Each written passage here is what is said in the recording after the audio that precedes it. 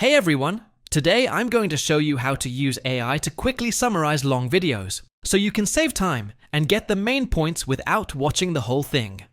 First, find the video you want to summarize. If it has subtitles or a transcript, that's even better. You can often get subtitles by clicking the Uno menu on YouTube and selecting Open Transcript. Copy the transcript text, or if the video doesn't have one, you can use tools like Otter.ai or Sonics.ai to automatically generate a transcript by uploading the video or providing the URL. Once you have the transcript text, open ChatGPT or any AI text tool and paste the transcript into the input box.